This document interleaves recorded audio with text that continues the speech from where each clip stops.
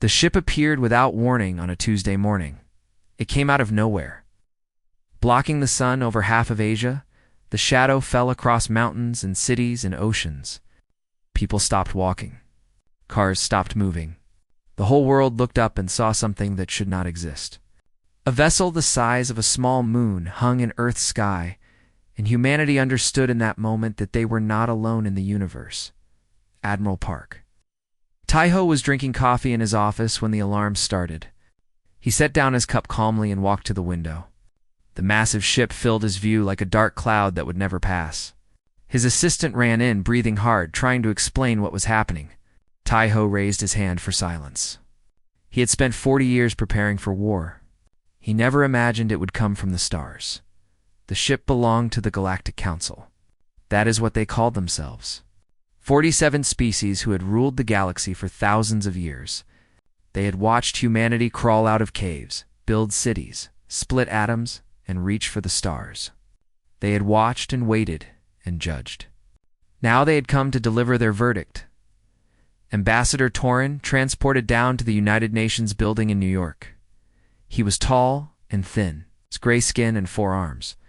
His eyes were completely black, like pools of oil. He moved slowly, as if the air itself should wait for him. Behind him walked 20 guards in armor that seemed to eat the light. General Beak Sunwell met him at the entrance. Sunwoo was old, but still strong, a veteran of 3 wars on Earth. He had killed men with his bare hands. But looking at Torin, he felt something he had not felt in decades. He felt small. "You are the leaders of this world?" Torin asked. His voice was soft, almost bored. "Some of us," Sunwoo replied. "We have many nations." Torin made a sound that might have been laughter. "How primitive! One world, and you cannot even unite it. No matter. You will learn." They gathered in the Great Hall. Presidents and prime ministers and generals sat in rows while Torin stood at the center like a teacher addressing children. He explained that the Galactic Council had watched humanity for centuries. They had decided that humans were advanced enough to be useful, but too primitive to be equals. This was, he said, a great honor. "You have been selected for integration," Torin announced. "You will provide tribute to the Council. In return, you will be protected and guided." A diplomat from France asked what tribute meant. Torin smiled. It was not a friendly smile. 30% of your planetary resources delivered annually.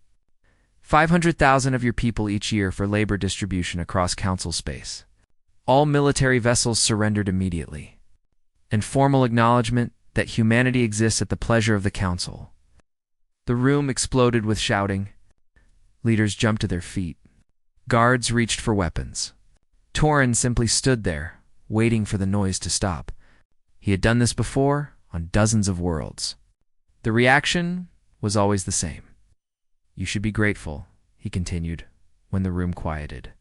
"Most species are simply conquered. We destroy their cities and take what we want. But the Council has decided to be generous. You will serve, yes, but you will survive. Refuse, and you will be eliminated. The choice is yours." General Sunwoo stepped forward. His fists were clenched at his sides. "And if we fight?" Torin looked at him the way a man might look at an insect. "Then you will die. Your species has existed for perhaps 200,000 years. The Council has ruled for 300,000. We have destroyed civilizations older and stronger than yours. You are nothing. You are bacteria with delusions of importance. Be smart, little general. Kneel and live." The United Earth Assembly met that night in emergency session. The debate raged for hours. Some leaders argued for negotiation. Perhaps they could reduce the tribute. Perhaps they could buy time until they were stronger. Others said they had no choice but to accept. The Council fleet could burn their cities from orbit. What could humanity possibly do against such power? Admiral Park Tai-Ho sat in silence through all of it.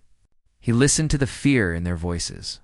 He watched leaders who had once seemed so powerful now reduced to begging for survival, and something cold and hard settled in his chest. When the room finally fell quiet, he stood up. "I have heard enough," he said. His voice was not loud, but it carried. You speak of negotiation. You speak of acceptance. You speak of living on our knees." He paused, looking around the room at every face. "But I remember something you all seem to have forgotten. We did not crawl out of the mud to kneel.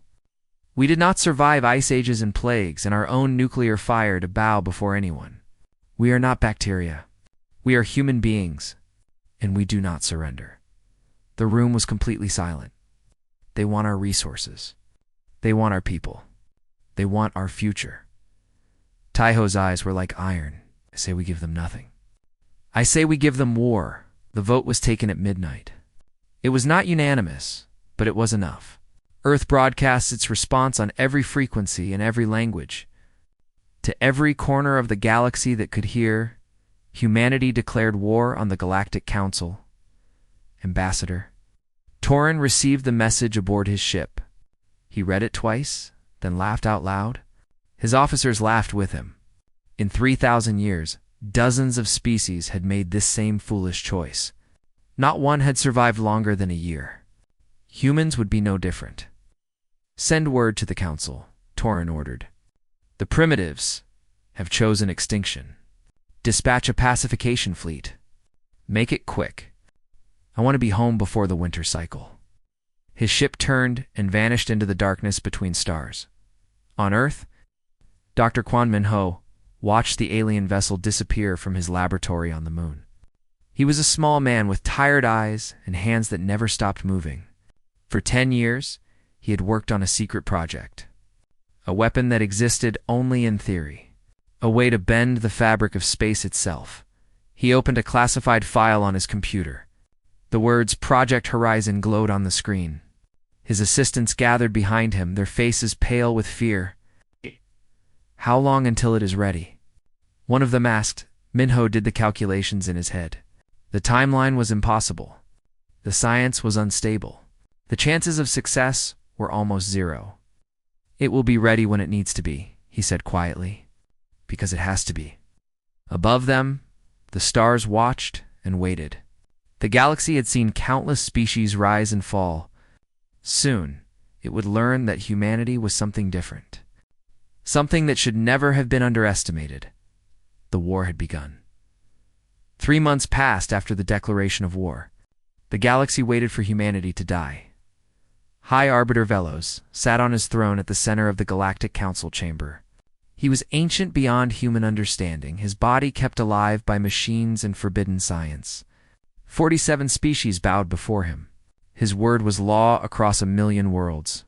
And he was bored. "The humans," he said, waving one withered hand. "Are they destroyed yet?" His advisors shifted uncomfortably. The pacification fleet had been sent weeks ago. 200 warships, more than enough to crush a dozen primitive worlds. But there had been no report of victory. There had been no report at all. Scalara stepped forward. He was old even by council standards, a being who had devoted his life to studying other species. He had read everything humans had ever written. He had watched their wars, their art, their endless struggle against each other and against nature itself. "High Arbiter," Aura said carefully. "I must share my concerns about this campaign." Bellows looked at him with ancient, tired eyes. "Speak." "I have studied human history extensively. They are not like other species we have conquered. They do not surrender when faced with superior force. They fight harder. Their entire civilization is built on conflict. They have spent their existence killing each other over land, resources, ideas. War is not strange to them. War is who they are." Velos made a dismissive sound. "They are barely spacefaring. Their ships are primitive. Their weapons are toys. What threat could they possibly pose?" Horus wanted to argue. He wanted to explain that humans had done the impossible again and again throughout their history. They had survived ice ages with nothing but animal skins and fire. They had crossed oceans in wooden boats. They had split the atom and walked on their moon within 50 years of their first flight. They were survivors in a way the Council could not understand. But he saw the look on Velas's face and fell silent.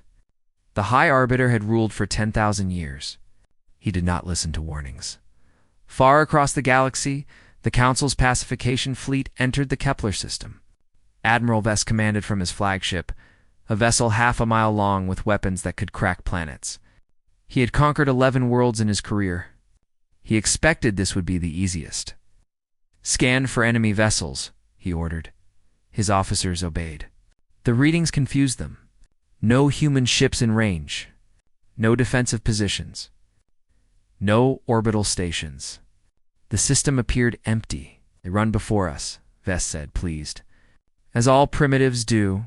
Move the fleet forward. We will find their hiding places and burn them out." The fleet advanced toward the system's asteroid belt. 200 ships in perfect formation, weapons armed, shields glowing with power. They felt invincible. They were wrong. Captain Yoon Hannah watched the enemy fleet from behind a massive asteroid. Her ship, the Defiance, floated in silence with its engines cold. Around her, 200 human vessels waited in the dar. Ness. They were smaller than the Council ships. They looked like insects compared to giants, but insects could sting. "All ships report ready," Lieutenant Nari said from the tactical station. She was young, barely 30, but her voice was steady as stone. "Weapons charged. Crews at battle stations." Hannah nodded. She had been a pilot before the war, flying cargo between colonies. Now she commanded a battleship. Funny how fast things could change. "Open a channel to the fleet," she ordered. The communications officer obeyed. Hannah looked at the camera that would broadcast her image to every human ship in the system. "You all know why we are here," she said.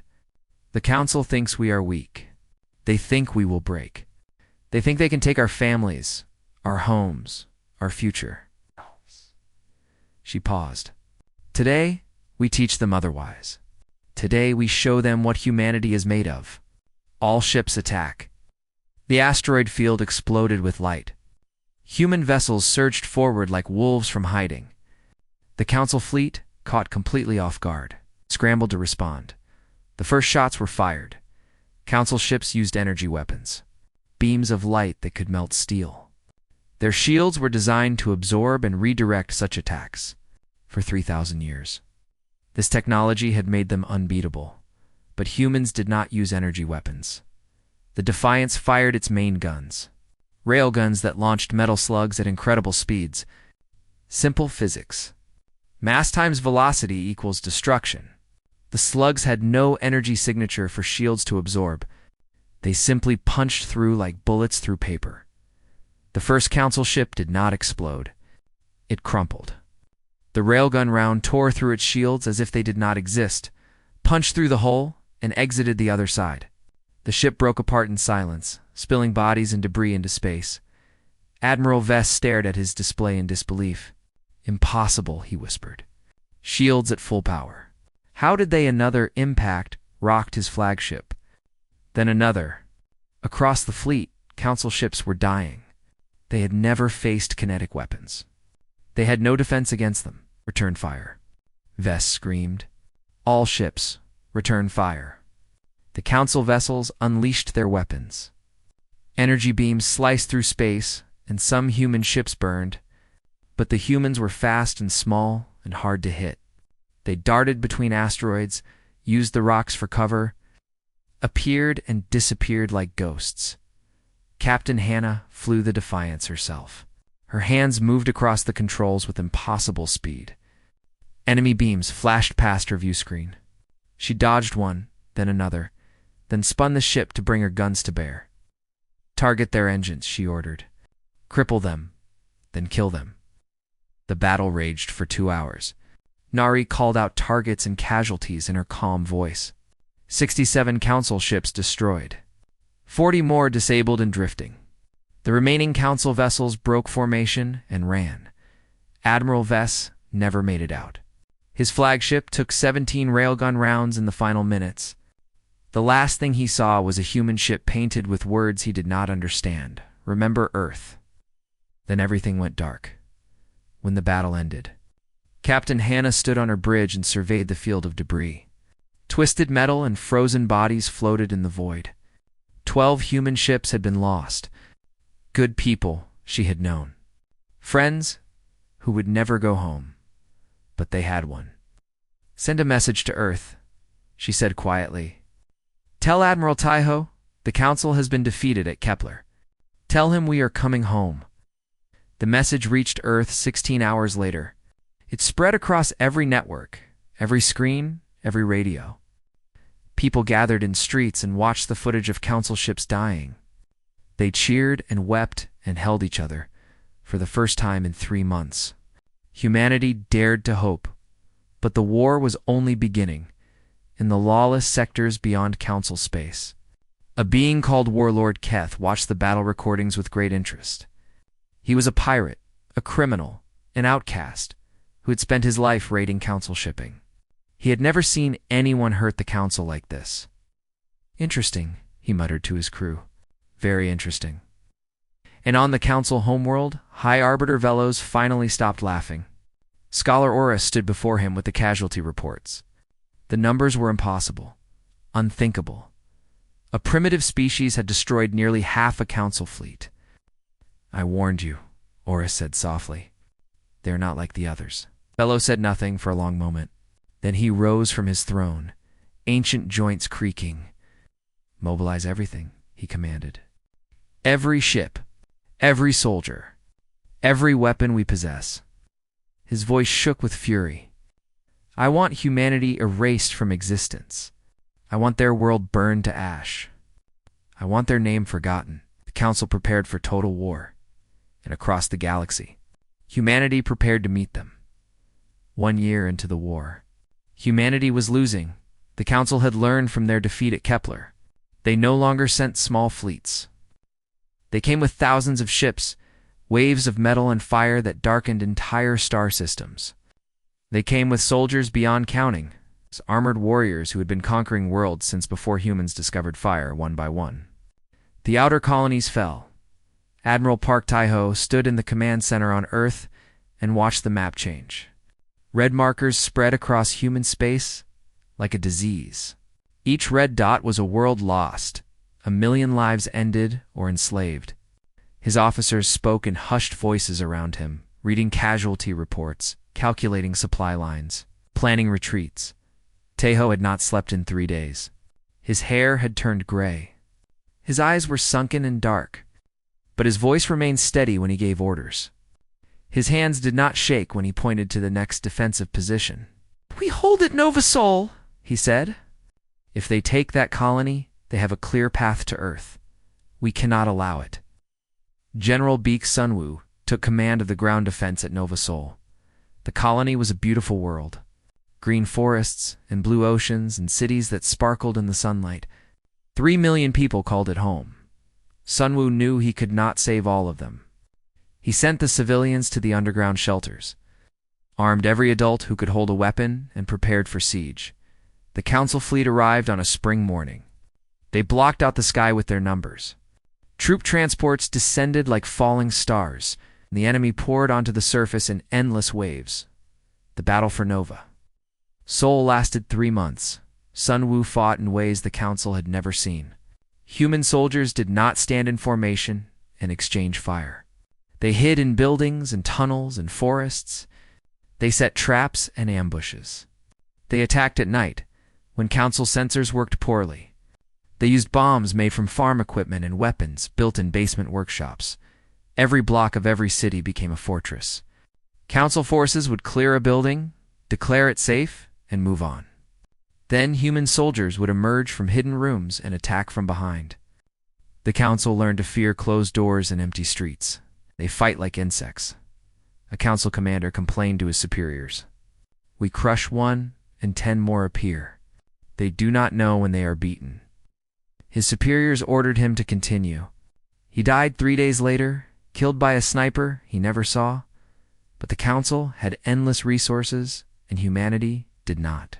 Slowly, the defenders were pushed back. Ammunition ran low. Food ran out. Medical supplies disappeared. Sunwoo watched his soldiers die of wounds that could have been easily treated if they had the right medicine. Still, they fought. On the moon above Earth, Dr. Kwon Minho worked in his laboratory. He had not seen sunlight in months. He ate cold meals at his desk and slept on a cot in the corner. His team had been reduced by accidents and exhaustion. Only the most dedicated remained. Project Horizon was almost complete. The weapon would create miniature black holes, collapsed points of gravity that devoured everything nearby before disappearing. It was the most destructive force humanity had ever created. It was also the most dangerous. "The containment field is still unstable," his assistant reported.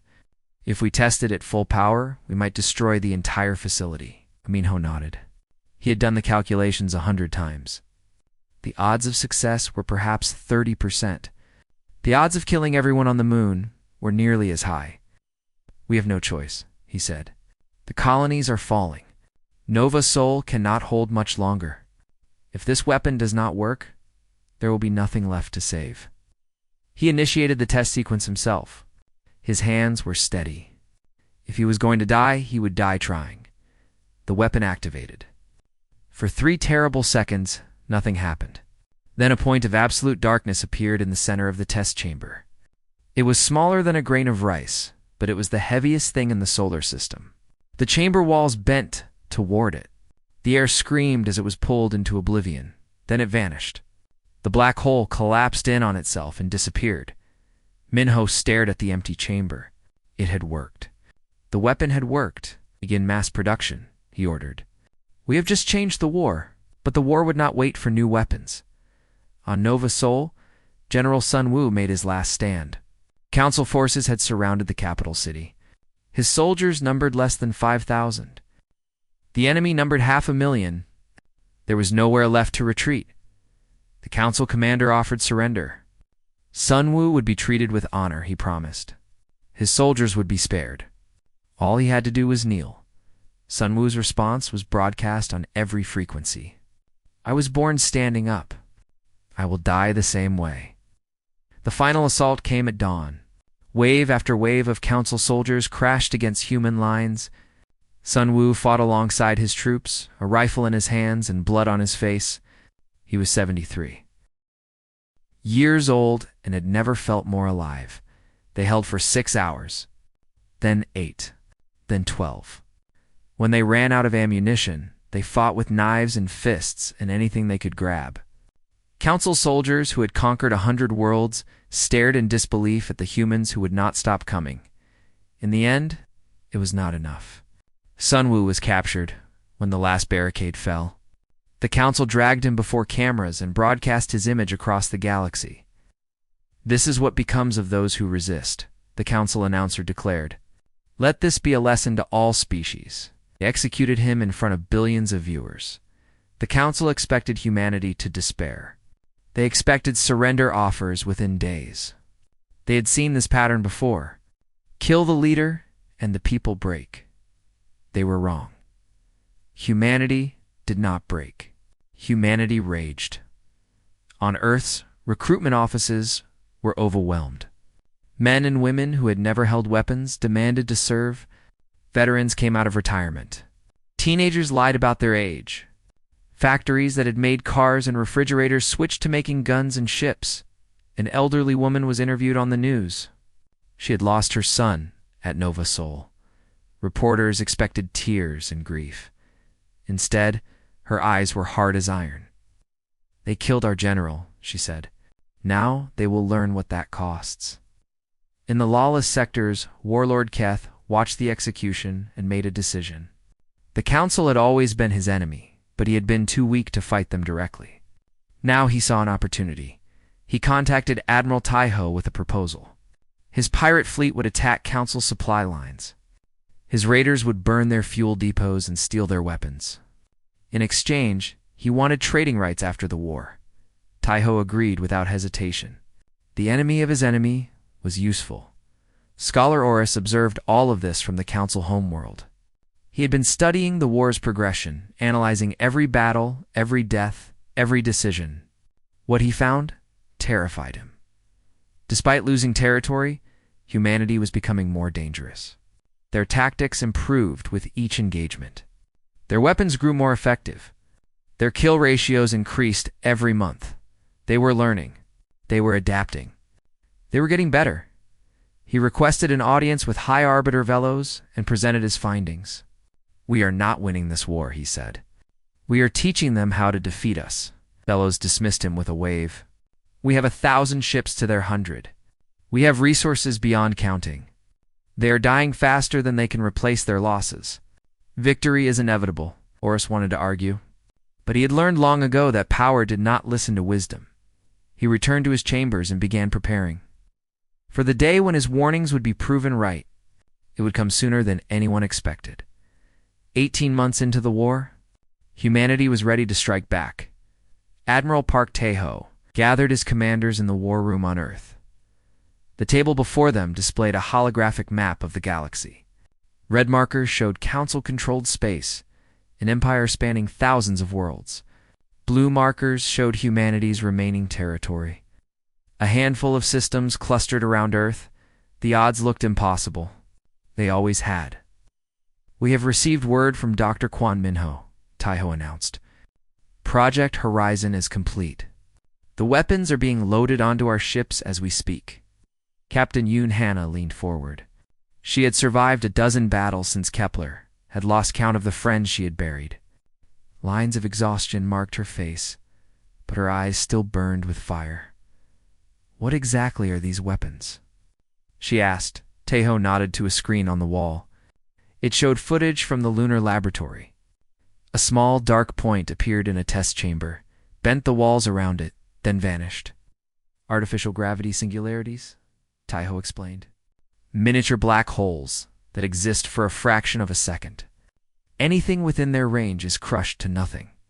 No shield can stop them. No armor can resist them." The room was silent. Lieutenant Nari spoke first. "We have created a weapon that breaks the laws of physics." "We have created a weapon that wins wars," Tae-ho replied.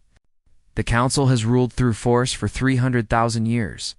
They have never faced anything like this. They do not know what is coming." He turned to face his officers. These were the men and women who had held the line while humanity bled. They had lost homes and families and entire worlds. They had earned the right to strike back. "We begin Operation Homecoming immediately. Our first target is Nova Sol. We take back what they stole from us." The human fleet gathered at the edge of council-controlled space. 300 ships, less than a third of what they had started the war with. But each one now carried Horizon warheads. Each one was a weapon beyond anything the galaxy had ever seen. Captain Hannah commanded the assault wing from the Defiance. Her crew was quiet as they prepared for battle. They all knew this was the turning point. Victory here would change everything. Defeat would end humanity forever. "All ships report ready," Nari announced. "Enemy fleet detected in orbit around Nova Sol, approximately 200 vessels." Hannah nodded. The numbers were against them, as always. "Open a channel to the fleet." She looked at the camera and spoke to every human warrior in the system. "For 18 months, we have retreated. We have lost friends and homes and hope. Today, that ends. Today, we take the war to them. Today, we show the Council what happens when you push humanity too far." She paused. "All ships attack." The fleet surged forward. The Council forces around Nova Sol were not prepared. They had held this system for 6 months without challenge. They had grown comfortable, confident that humanity was too weak to threaten them. They learned their mistake quickly. The Defiance led the charge, cutting through enemy formations with ruthless precision. Hannah's crew worked in perfect coordination, Nari calling targets while the weapons officers fired. Railguns tore through Council ships, just as they had at Kepler, but the Council had adapted to their new ships had reinforced hulls, multiple shield layers, point defense systems designed to intercept kinetic rounds. Human ships began to take damage. The battle became a grinding exchange of fire. "We are losing 3 ships for every one of theirs," Nari reported. "At this rate, we will be destroyed before victory." Hannah knew it was time. She opened a channel to all human vessels. "All ships deploy Horizon weapons." Across the fleet, missile tubes opened. Warheads launched toward the Council formation. They looked small and harmless. Nothing compared to the massive torpedoes the Council used. The Council commander laughed when he saw them coming. Primitive missiles. "Is this the best they can do?" Then the warheads activated. The first Horizon missile hit a Council destroyer. For a heartbeat, nothing happened. Then, a point of absolute darkness appeared at the center of the ship. The vessel did not explode. It did not break apart. It simply collapsed inward, crushed into a space smaller than a human fist. Metal, bodies, weapons, engines, all compressed into nothing. Then the singularity vanished, leaving only empty space where a ship had been. The Council commander stopped laughing. Across the battlefield, Horizon weapons found their targets. Ships that had seemed invincible moments before crumpled like paper. Flagships that had conquered worlds disappeared in the blink of an eye. The Council fleet fell into chaos. Captains screamed for retreat. Some ships turned and ran. Others were to slow. Captain Hannah watched it all from her bridge. There was no joy in her heart, only a cold satisfaction that the enemy was finally learning fear. "Target their command ship," she ordered. "End this." The Council flagship raised every shield it had. It did not matter. The Horizon warhead punched through like they were made of air. The ship folded inward, crushed by forces beyond nature, and vanished from existence. The battle ended in 4 hours. Human forces suffered 30 casualties. The Council lost nearly 200 ships. It was the most complete victory in the history of the war. On the surface of Nova Sol, human soldiers emerged from bunkers and caves where they had hidden for months. They watched the debris of Council ships burned through the atmosphere like falling stars. Some wept, some cheered. Most simply stood in silence, unable to believe what they were seeing. They were free. News of the victory spread across the galaxy. The Council tried to suppress it, but word traveled through pirate channels and resistance networks and whispered, "Conversations on 1,000 worlds, humanity had won." Not through luck or trickery, but through pure destructive power. They had created a weapon that made the Council's fleet's obsolete commander. Ren of the Helix Dominion watched the battle recordings with growing alarm. His species had been the Council's strongest military arm for generations. They had believed themselves unbeatable. Now he saw their ships crumple like insects. He requested a private meeting with High Arbiter Velos. The ancient leader received him in his throne room, surrounded by guards and advisors. "High Arbiter," Ren said, "we must negotiate peace with the humans." Velos stared at him. "You suggest surrender?" "I suggest survival. They have weapons we cannot match. Our fleets cannot stand against them. If we continue this war, we face extinction." Velos rose from his throne. His ancient body trembled with rage. "The Council does not surrender. The Council does not negotiate with primitives. We have ruled for 300,000 years, and we will rule for 300,000 more. Find a way to defeat their weapons, or I will find a commander who can." Ren left without another word. He knew what he had to do. In the weeks that followed, humanity went on the offensive. Admiral Taiho's fleet swept through Council space, liberating occupied worlds and destroying enemy forces. The colonies that had been lost were reclaimed one by one. Prisoners were freed. Flags were raised, and everywhere they went. The Horizon weapons made victory certain. Warlord Keth's raiders struck Council supply lines with increasing boldness. Other species who had been enslaved by the Council for centuries began to revolt. The galaxy that had seemed so firmly under Council control was suddenly on fire. High Arbiter Velos watched his empire crumble and could not understand why. He had followed every protocol. He had deployed overwhelming force. He had done everything the Council had always done. But humanity was not like the others. They did not accept defeat. They did not know when they were beaten. Scholar Oris visited Velos one final time. "I tried to warn you," he said softly. "They are survivors. They adapt. They overcome. It is what they do. It is all they know how to do." Alas. Did not respond. For the first time in 10,000 years, he had no answers. On the bridge of the Defiance, Captain Hannah received new orders from Admiral Taiho.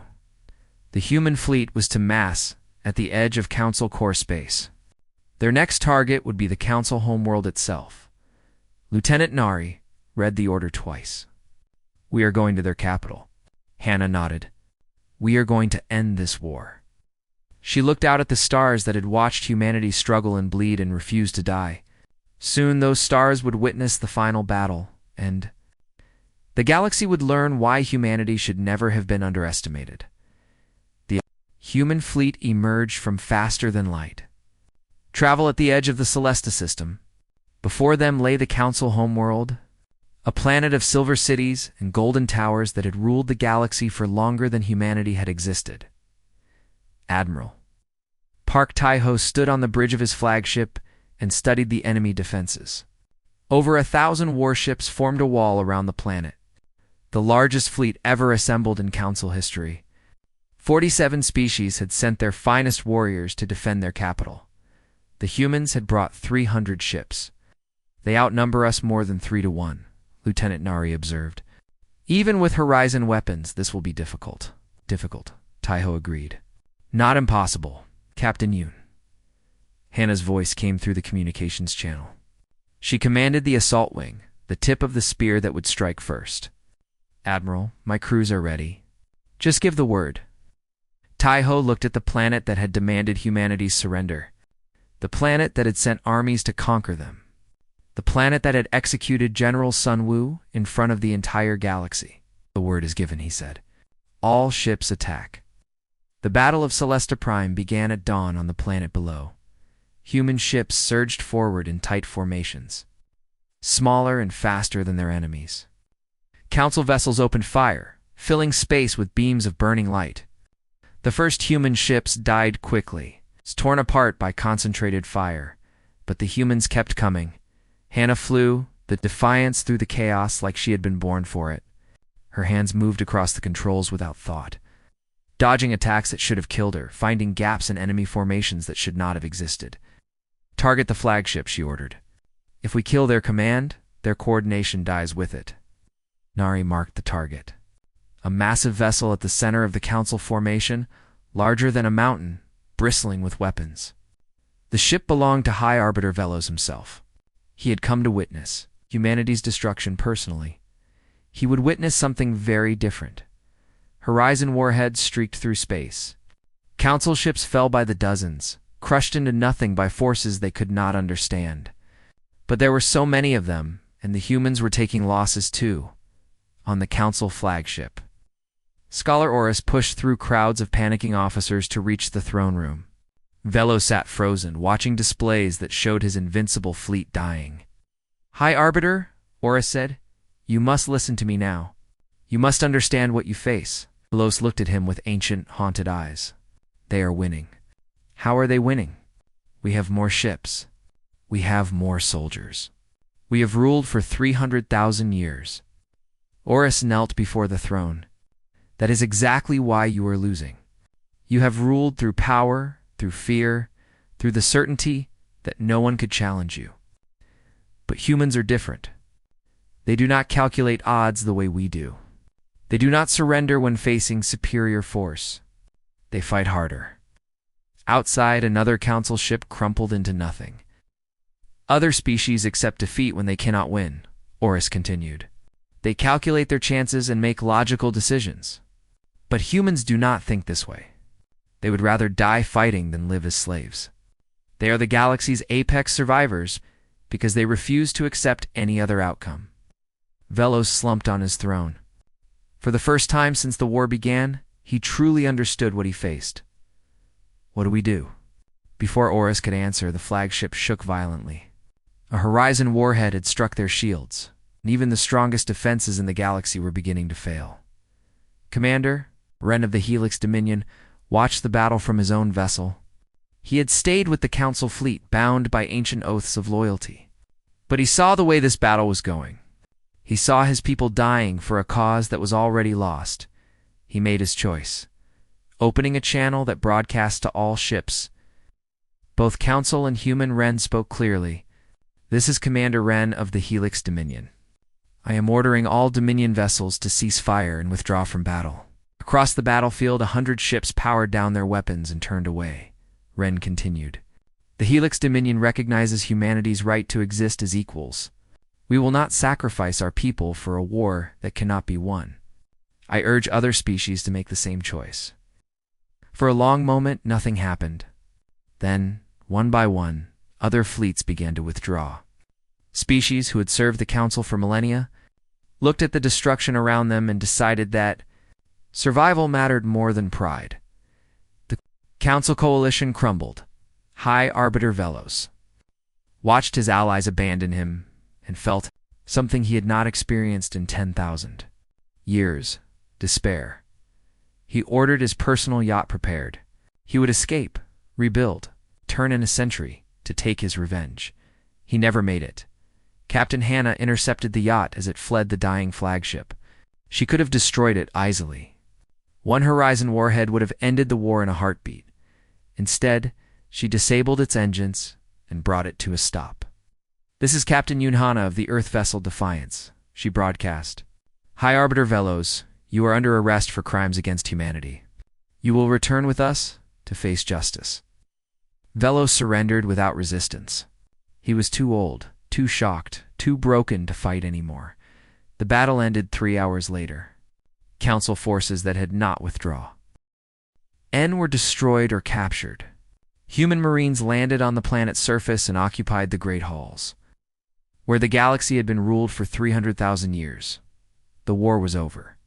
In the weeks that followed, representatives from across the galaxy gathered to discuss what would come next. The Galactic Council was formally dissolved. In its place, a new assembly was formed, one where every species, regardless of age or technology or history, had an equal voice. Admiral Parktiho was offered leadership of the new government. He refused. "Humanity did not fight for power," he said. "We fought for the right to exist. We fought for the right to stand as equals among the stars. That is all we ever wanted." He returned to Earth and retired to a small house near the ocean. Sometimes he sat on his porch and watched the waves and remembered the faces of everyone who had died. He would carry them with him until his own death. Captain Yunhana took command of the new joint peacekeeping fleet. She spent her days patrolling trade routes and mediating disputes and teaching young officers from 100 species. Sometimes she missed the simplicity of war. But she knew that what she was building now mattered more than any battle. Lieutenant Nari became an instructor at the military academy on Earth. She taught tactics and strategy to students who had never known war. She hoped they never would. Dr. Kwon Minho destroyed the plans for Project Horizon. The weapon that had won the war was too dangerous to exist in peacetime. He burned the research files himself and watched them turn to ash. Then he retired to a quiet life in a mountain village, where he grew vegetables and fixed old machines and tried to forget what he had created. Warlord Keth, to everyone's surprise, became a diplomat. His experience negotiating with criminals and pirates made him surprisingly effective at mediating between species who did not trust each other. He never lost his edge, but he learned to use words instead of weapons. Scholar Oris wrote a history of the war. He spent years interviewing survivors, studying records, trying to understand how a species so young had defeated an empire so old. His conclusion was simple. Humanity won because they were too stubborn to lose. They won because they fought not for conquest or power, but for survival. They won because giving up was not something they knew how to do.